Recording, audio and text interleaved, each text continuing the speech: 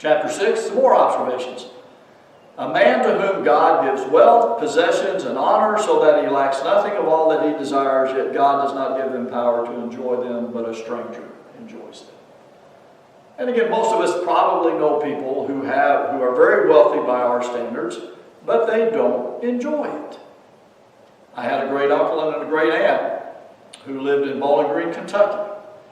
And they owned a motel and they owned a restaurant. They were wealthy according to the standards of that day, but they stayed in their house for years and would not venture out because they were so scared that somebody was going to break in their house and take what they had. And so here they were with all of these nice things, and they couldn't enjoy them. And the preacher says that's a grievous evil. Now here, the word evil does not mean sinful, but simply the idea of not fair and the idea of absurd. And then he concludes the idea that a man who does not enjoy what he has, a stillborn child, is better off than he. And again, we know people who are wealthy, but who don't enjoy it. And the writer says that just seems absurd. And that a stillborn child is better off than an individual who has all of this wealth and can't enjoy it. And again, better is the sight of the eyes than the wandering of the appetite.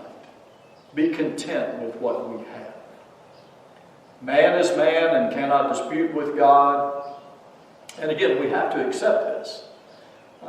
Job had a difficulty with that. After all of the bad things that happened to Job, he wanted to argue with God. And finally, near the end of the book, God starts asking him all these questions, such as, do you know where the storehouse of the hail is?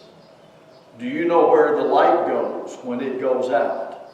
And Job came to an understanding that he's not God and that he should not argue with God.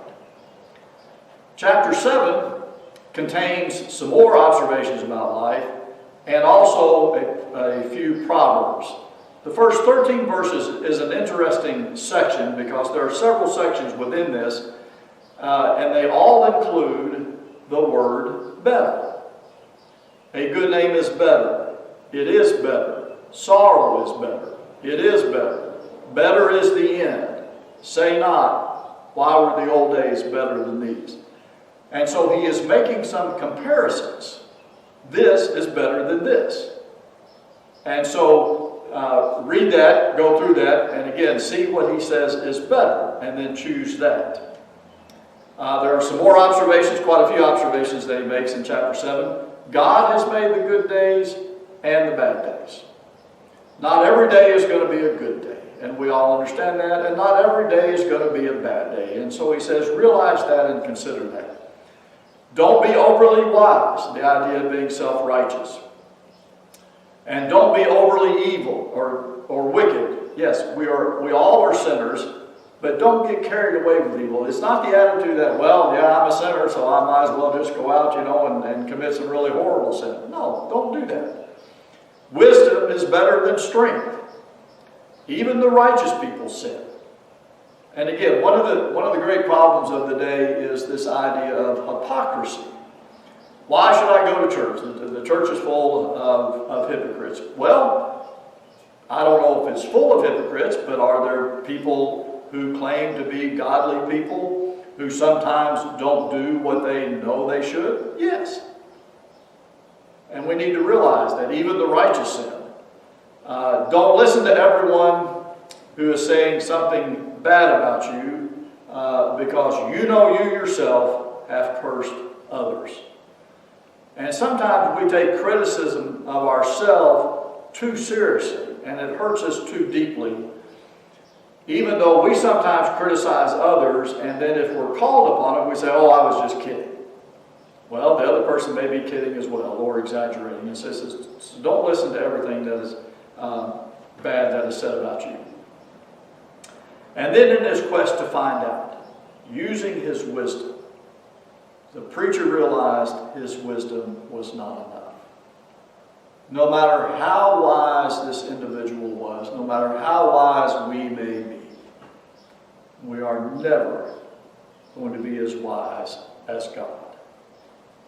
And then finally he says, see this alone I found, that God made man upright, but they have sought out many schemes. And again, remember, you go back to Genesis, after God had created everything. He looked at everything that he created and he said, it is good. And then man corrupted it. And there are a lot of people who have spent a lot of time and energy trying to figure out life. And while there are some observations that we can make, and while there are some conclusions that we can draw about how to live life and how to live it well, we're never going to be able to figure out everything that God is doing and why he is doing it.